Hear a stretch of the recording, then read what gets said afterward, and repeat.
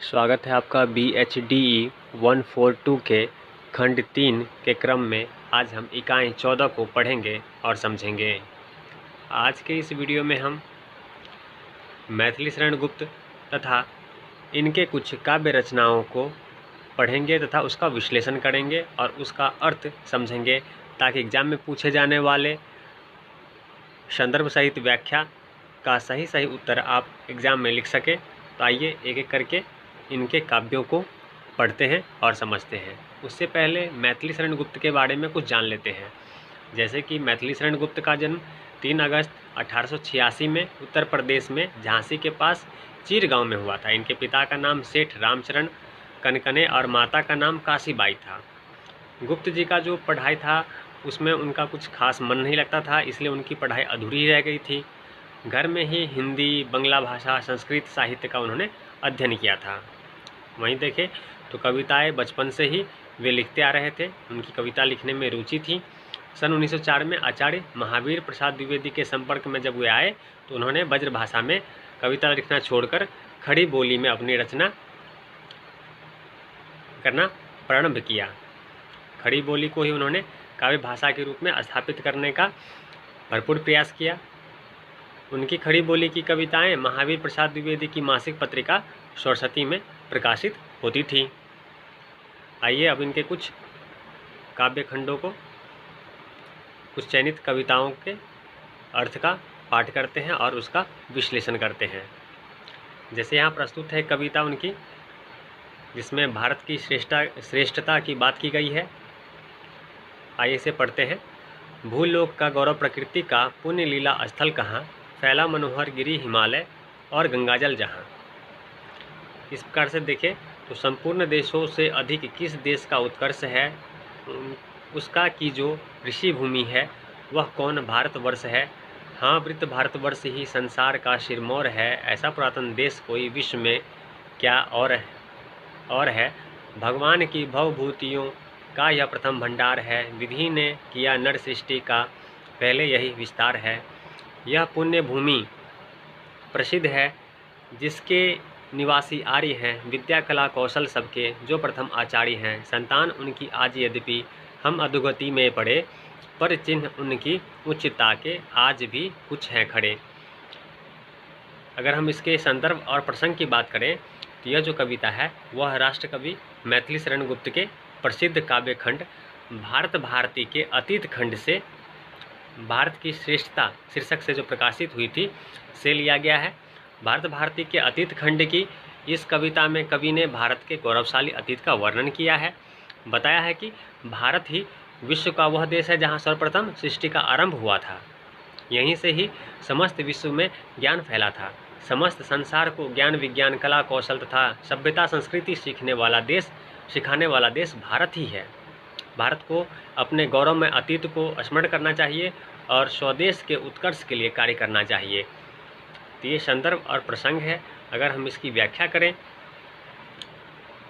तो आप इस जो कविता आपने पढ़ा इसके अर्थ से ही समझ सकते हैं। बहुत ही आसान और सरल शब्दों में है। जैसे भूलोक का गौरव प्रकृति का, पुण्य लीला स्थल। यहाँ प्रकृति का जो लीला स्थल है, प्रकृति जो अपनी रचनाएं रचती है, वह सब भारतवर्ष में देखने को मिलती है। भारतवर्ष का प्रकृति छटा ही कुछ ऐसी है। फैला मनोहर गिरी हिमालय और गंगाजल जहाँ, भारत में ही हिमालय और गंगा हमें देखने को मिलता है। इतनी पुण्य भूमि है। संपूर्ण देशों की अधिक किस देश का उत्कर्ष है। विश्व के जितने भी देश हैं, सांस्कृतिक रूप से सबसे उत्कर्ष भारत देश ही है। उनका की जो ऋषि भूमि है वह कौन, भारतवर्ष है। जो ऋषि भूमि, जो बड़े बड़े तपस्वी हैं, बड़े बड़े शोधकर्ता हुए हैं, उनकी भूमि कौन सी है, वह भारतवर्ष ही है। भारत ही संसार में सबसे पुराना, वृत्त से यहाँ अर्थ पुराने से, पुरातन से लिया गया है। संसार का सिरमौर यानी कि मुकुट है संसार का। यह सबसे पुरातन देश है, विश्व में ऐसा कोई और देश नहीं। वहीं हम देखें तो यहाँ विधि ने ही नर सृष्टि का सबसे पहले यही विस्तार किया। मनुष्यों को सांस्कृतिक रूप से पल्लवित भारतवर्ष ने ही किया। यहीं से मनुष्य जगत का विस्तार फैला। यह पुण्य भूमि प्रसिद्ध है, इसके निवासी आर्य हैं। यहाँ जो भारत जो प्रसिद्ध है और यहाँ के निवासी आर्य हैं। विद्या हो, कला हो, कौशल हो, सब में यहाँ के जो आचार्य हैं वो प्रथम हैं। यहीं से पूरे विश्व में ज्ञान फैला। फिर भी उनकी जो संतान है आज उन्नति नहीं कर पा रहे हैं, अधोगति में पड़े हैं। पर चिन्ह उनकी उच्चता के आज भी कुछ हैं खड़े। फिर भी हमारे संस्कृति में हमारे जो उच्चता के जो बीज हैं वो आज भी मौजूद हैं। तो इसका बहुत ही साधारण अर्थ है। इस प्रकार से आप इसकी व्याख्या कर सकते हैं। इसमें अपने शब्द भी आप जोड़ सकते हैं। चलिए अगले खंड में चलते हैं। अगर इस कविता की विशेषता की बात करें तो भूलोक, पुण्य, लीला भूमि, ऋषि, गंगा जल, भगवान, विधि, नर सृष्टि, पुण्य भूमि, ये सब जो शब्द आए हैं, आचार्य आदि शब्दों के प्रयोग से इस कविता में प्राचीन वैदिक पौराणिक समय के भारतीय वातावरण का बोध होता है। इसमें भारतीय दार्शनिक आध्यात्मिकता की गंध साफ हम महसूस कर सकते हैं। तो इस कविता का संदर्भ, व्याख्या और विशेषता हमने देखा। वहीं आइए इसके दूसरे कविता खंड को देखते हैं। हमारा उद्भव। शुभ शांतिमय शोभा जहाँ भव बंधनों को खोलती, हिल मिल मृगों से खेल करती सिंहनी थी डोलती, स्वर्गीय भावों से भरे ऋषि होम करते थे जहाँ, उन ऋषिगणों से ही हमारा था हुआ उद्भव यहाँ। यह जो कविता हमने अभी पढ़ा है यह राष्ट्रकवि मैथिली शरण गुप्त के प्रसिद्ध खंड काव्य भारत भारती के अतीत खंड से ही लिया गया है। भारत भारती के कुल 3 खंड हैं, जिसमें से ये जो कविता हमने पढ़ा है और इससे पूर्व जो हमने पढ़ा था वह अतीत खंड से लिया गया है। और ये हमारा उद्भव शीर्षक से ये प्रकाशित हुआ था। इस कविता में अपने पूर्वजों के समय और समाज को याद किया गया है। आइए इसकी व्याख्या देखें। इस कविता में भारतीय प्राचीन समाज की जो सभ्यता थी, शांति को याद किया गया है। जो अच्छाइयाँ थी प्राचीन समाज की और शांति थी उसको याद किया गया है। कवि कहता है कि वह एक समय था जब अच्छे विचार, कर्म और आध्यात्मिक चिंतन का भारत भूमि पर बोलबाला था। वैर भाव, हिंसा का यहाँ कोई नामो निशान नहीं था। जंगल में सिंहनी और हिरण एक साथ खेलते थे। जहाँ ऋषि लोग सब तरफ यज्ञ और अनुष्ठान, आध्यात्मिक वातावरण बनाए रखते थे। कवि कहते हैं कि ऋषि ही हमारे पूर्वज थे, अर्थात आध्यात्मिकता हमारे संस्कार में बसा हुआ है। तो हमने जो ये अभी काव्य पढ़ा है, कविता का जो अंश पढ़ा है, शुभ शांतिमय शोभा जहाँ भव बंधनों को खोलती, हिल मिल मृगों से खेल करती सिंहनी थी डोलती, स्वर्गीय भवों से भरे ऋषि होम यानी यज्ञ जो करते थे जहाँ, उन ऋषिगणों से ही हमारा था हुआ उद्भव, यानी कि हमारे जो पूर्वज हैं वो ऋषि ही हैं। हिल मृगों से खेलती करती सिंहनी थी डोलती, यानी कि जो मृग है उसके साथ सिंहनी यहाँ जंगलों में खेलती थी। शुभ शांतिमय शोभा जहाँ भव बंधनों को खोलती, शुभ शांतिमय शोभा जहाँ अच्छाइयाँ और शांति थी, इस प्रकार का हमारा वह प्राचीन समय था।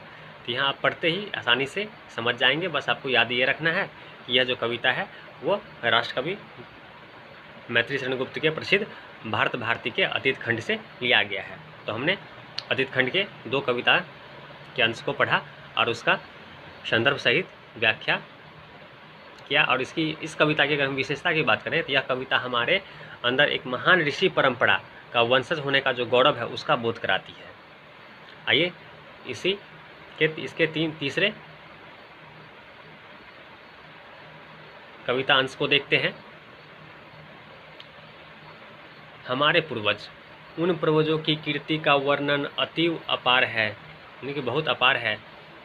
उनकी कीर्ति है, पूर्वजों की जो हमारी कीर्ति है, प्रसिद्धि है, उसका जो वर्णन है बहुत अपार है, उसका पार पाना मुश्किल है। गाते नहीं उनके हमें गुण गा रहा संसार है। इनके जो गुण हैं हमारे पूर्वजों के वो हम नहीं, पूरा संसार गा रहा है। वे धर्म पर करते निछावर, तृण समान शरीर थे, वहीं गंभीर थे, वर वीर थे, ध्रुव धीर थे। उनके अलौकिक दर्शनों से दूर होता पाप था, अतीत पुण्य मिलता था, मिटता हृदय का ताप था। उपदेश उनके शांतिकारक थे, निवारक शौक के, सब लोग उनका भक्त था, वे थे हितैषी लोक के। लगते न अध की ओर थे, वे अध न लगता था उन्हें। वे धर्मम को रखते सदा थे, धर्मम रखता था उन्हें। वे कर्मम से ही कर्मम का थे नाश करना जानते, करते वही थे वे जिसे कर्तव्य थे वे मानते। वे सजग रहते थे सदा सुख पूर्ण तृष्णा भ्रांति से, जीवन बिताते थे सदा संतोषपूर्वक शांति से। बहुत ही आसान सरल शब्द हैं, इसका अर्थ आप स्वयं भी निकाल के इसकी व्याख्या कर सकते हैं। आपको मात्र संदर्भ याद रखना होगा कि कविता के जो अंश है किस संदर्भ से लिए गए हैं। इस प्रकार से आप पढ़ सकते हैं। ये कविता है, ये से कुछ अंश बड़े हैं इसलिए मैं पूरे कविता को नहीं पढ़ रहा हूँ। आप यहाँ देख सकते हैं, जैसे यहाँ ले लेते हैं कि वे मेदिनी तल से सुकृत के बीज बोते सदा, पर दुख देख दयालुता से द्रवित होते थे सदा।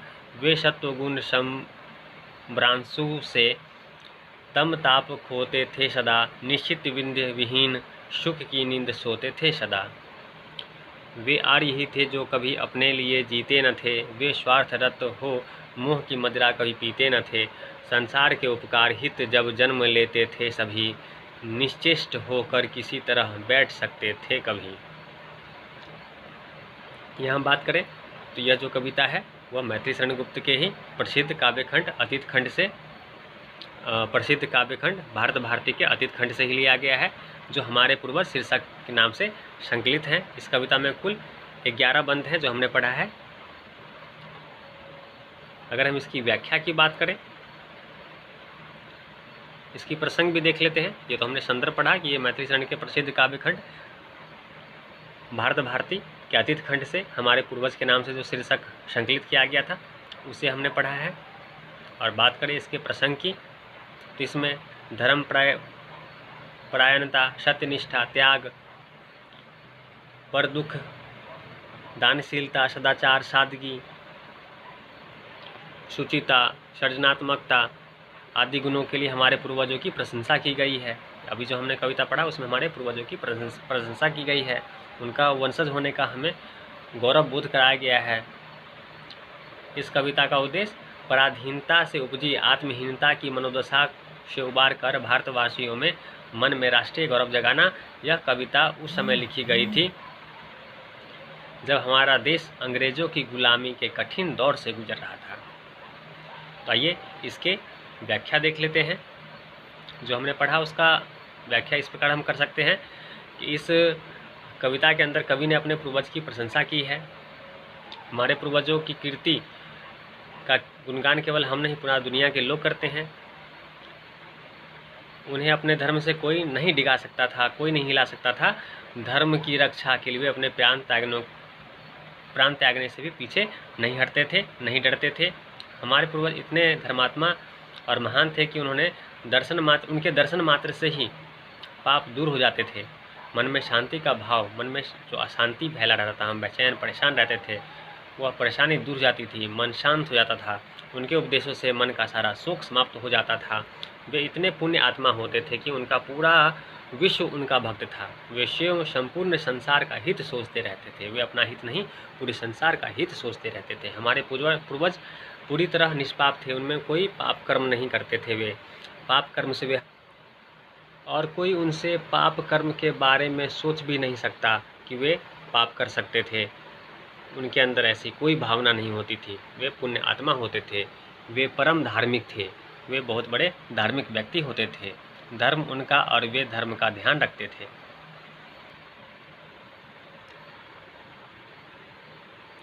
वे कर्म से कर्म का नाश करना जानते थे। वे अपने कर्तव्य के प्रति पूरी तरह सजग रहते थे। जो उचित होता था वे सिर्फ वही कार्य करते थे। दुख और लोभ को भ्रांति मानते थे। शांति और संतोषपूर्वक जीवन बिताना ही उनका लक्ष्य होता था। वे मृत्युलोक और स्वर्गलोक दोनों एक ही तरह से वे वहाँ आचरण करते थे। संसार में हो या स्वर्ग में हमेशा एक जैसा भाव बनाए रखते थे। उन्हें न दुख परेशान करता था, न सुख के लिए वे परेशान रहते थे। पूर्वजों के सद्भाव, पूर्ण व्यवहार और मर्यादित जीवन की तुलना मानसरोवर में खिले कमल के फूल से करते हुए इस कविता खंड में कवि कहते हैं कि हमारे पूर्वजों के स्वभाव की सुगंधि से चंचल इंद्रिय रूपी जो भंवर है वे हमेशा डोलते रहते थे। उनके सद्भाव का कमल हमेशा ही खिला रहता था। उनका व्यवहार ऐसा था मानो उनके प्रभाव से चारों तरफ शीतल हवा चल रही हो और सुगंध से भरे हवा के झोंके से आत्मा रूपी जो हंस है वह मगन हो रहा हो। इस कविता खंड में हमारे पूर्वज प्रकृति से बहुत प्यार करते थे, ऐसा बताया गया है। भगवान के बनाए नियमों का कभी वे उल्लंघन नहीं करते थे, अर्थात ईश्वर के बनाए विधानों के अनुरूप ही वे अपने जीवन का यापन करते थे। वे कभी गलत रास्ते पर नहीं जाते थे, किसी भी प्रकार की बाधा उन्हें भयभीत नहीं करती थी। वे कर्तव्य पथ पर दृढ़तापूर्वक चलते थे। अपने हित के लिए किसी दूसरे को कष्ट नहीं देना उनका स्वभाव था। वे शांतिपूर्वक जीवन जीते और चिंता मुक्त रहते थे। चिंता मुक्त रहते हुए इस लोक से शांतिपूर्वक प्रस्थान करते थे। अपने पूर्वजों के बारे में कवि कहता है कि हमारे पूर्वज जरा माया, जन्म मृत्यु, लाभ लोभ अहंकार आदि सभी तरह के जो भौतिक लौकिक बंधन है उससे मुक्त एवं स्वच्छंद, स्वाधीन और आत्मसंतुष्टि जीवन जीते थे। उनका जीवन परम शांत और संतोष सुख से भरा होता था। भगवान का स्मरण करते रहने में ही उन्हें सुख मिलता था। कभी उन्हें ब्रह्मानंद रूपी नदी के मछली से उपमित करते हुए कहना चाहते हैं कि हमारे पूर्वज आध्यात्मिक आनंद में हमेशा डूबे रहते थे। इसी प्रकार हम देखें तो पूर्वजों की सृजनात्मक प्रतिभा की प्रशंसा करते हुए कवि कहते हैं कि हमारे पूर्वज दृढ़ निश्चयी होते थे। वे जो भी अपने काम को अपने हाथ में लेते थे उसे पूरा करके ही विश्राम करते थे, चाहे परिस्थिति कितनी भी प्रतिकूल क्यों न हो। वे अपने सिद्धांत से विचलित नहीं होते थे। हमारे पूर्वज अच्छे अच्छे कामों से भारत माता का मस्तक ऊंचा रखना अपना धर्म समझते थे। वे स्वभाव से दयालु थे, दूसरों के दुख से द्रवित हो जाते थे, अपने सद्गुणों से समाज को सुखी बनाए रखते थे। उन्हें किसी प्रकार की चिंता नहीं सताती थी, निश्चित होकर वो पूरी नींद सोते थे। इस प्रकार हमने इस कविता के अर्थ को पढ़ा और समझा। अगर हम इसकी विशेषता की बात करें तो मैथिली शरण गुप्त राष्ट्रवादी चेतना के कवि हैं और उनका जो संपूर्ण जीवन और रचना कर्म राष्ट्र भारती की सेवा के लिए संकल्पित था, उसके लिए वो अपने आप को समर्पित किए हुए थे। वे कहते हैं कि संसार में ऐसा कोई काम नहीं जो समुचित उद्योग से सिद्ध न हो सके, परंतु उद्योग के लिए उत्साह की आवश्यकता होती है। इसी उत्साह को उत्तेजित करने के लिए कविता एक साधन है। गुप्त जी अपनी कविता को इसी उत्साह वर्धन का साधन बनाना चाहते थे। आइए इस कविता के चौथे अंश को भी देखें, जिसमें आर्य स्त्रियों के बारे में बताया गया है। आइए पढ़ते हैं कविता को। केवल पुरुष ही थे न वे जिनका जगत को गर्व था, गृह देवियाँ भी थी हमारी देवियाँ ही सर्वथा। था अत्रि अनसुईया सदृश गृहस्थ दुर्लभ स्वर्ग में, दाम्पत्य में वह सौख्य था जो सौख्य था अपवर्ग में। निज स्वामियों के कार्य से संभग जो लेती न वे। इस प्रकार से आप इसे पढ़ सकते हैं। ये कविता है, मैं इसे आपको फुल स्क्रीन पे दिखा देता हूँ। इस प्रकार से ये कविता है, बहुत ही सरल शब्दों में है। इसे आप पढ़ेंगे तो पढ़ते ही आप इसका अर्थ भी समझ जाएंगे। फिर भी इसका हम संदर्भ और इसकी व्याख्या एक बार पढ़ लेंगे ताकि कविता पढ़ते ही हमें आसानी से इसके अर्थ समझ में आ जाए और हमें इसे विस्तार पूर्वक अपने शब्दों को मिलाते हुए लिख सके। बात जब हम इसकी संदर्भ की बात करते हैं तो यह मैथिली शरण गुप्त के खंड काव्य भारत भारती के अतीत खंड से ही आर्य स्त्रियां शीर्षक से संकलित की गई हैं। इस कविता में प्राचीन भारत की जो स्त्रियां के जो त्याग और पति परायणता, सेवा भाव, वीरता, दृढ़ता और गृहस्थ जीवन के प्रति जो उनकी जिम्मेवारी निर्वहन करने की जो उनकी कर्मशीलता, सतीत्व, धर्मशीलता आदि का उदाहरणों के साथ वर्णन किया गया है। कविता में विदुला, सुमित्रा, कुंती, सावित्री, सुकन्या, अंशुमती, गंधारी, दमयंती आदि पौराणिक महिला पात्रों का उल्लेख हुआ है। जब हम इसकी व्याख्या की बात करें तो आइए इसकी व्याख्या देख लेते हैं। कवि कहना चाहता है कि भारत का गौरव पूरे संसार में प्रकाशित था। संसार को हमारे महान आर्य पुरुषों के सुकृत्यों और धर्म आचरण पर ही नहीं, यहाँ की महान आर्य जो स्त्रियां होती थी, उनकी जो पति परायणता, गृहस्थ जीवन जीने का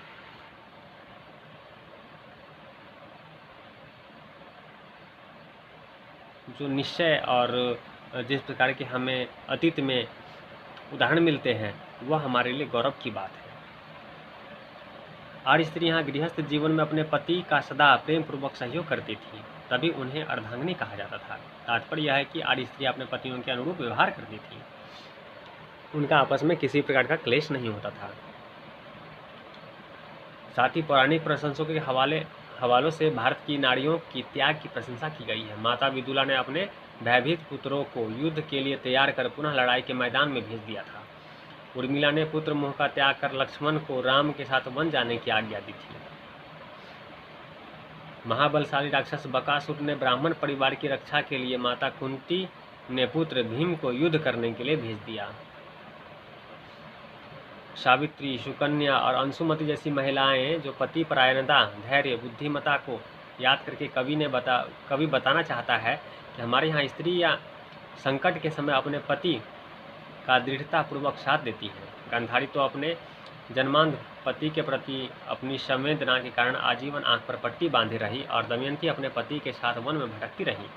कवि कहता है कि ऐसी धर्मपरायणता आर्य स्त्रियों को यदि विधाता ने दिव्य बल दिया था तो यह उचित ही है, इसमें आश्चर्य करने की कोई बात नहीं। कविता में कवि कहता है कि पवित्रता स्त्रियों को प्राप्त दिव्य शक्ति के रूप में उल्लेख करता है। पौराणिक कथा के अनुसार एक पतिव्रता स्त्री को एक ब्राह्मण ने शाप दिया कि सूर्योदय होते ही तुम्हारा पति मर जाएगा। शाप सुन पतिव्रता स्त्री ने कहा सूर्योदय होने ही नहीं पाएगा।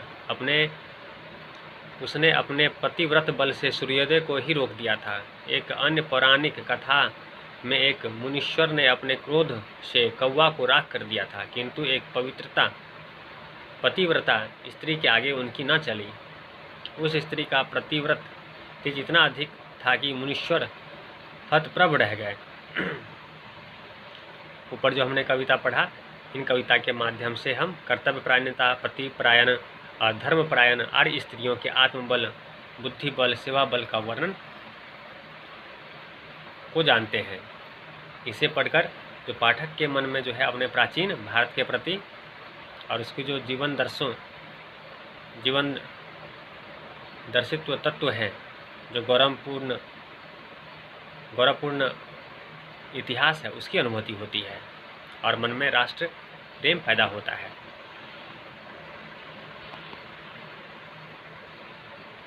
साथ ही इसकी विशेषता की बात करें तो परंपरा के प्रति भारतीयों में गौरव का बोध पैदा करना ही इस कविता का लक्ष्य है। मजबूत तर्कों और पौराणिक दृष्टांतों से पाठकों के मन पर अपेक्षित प्रभाव डालने में कविता सफल होती है।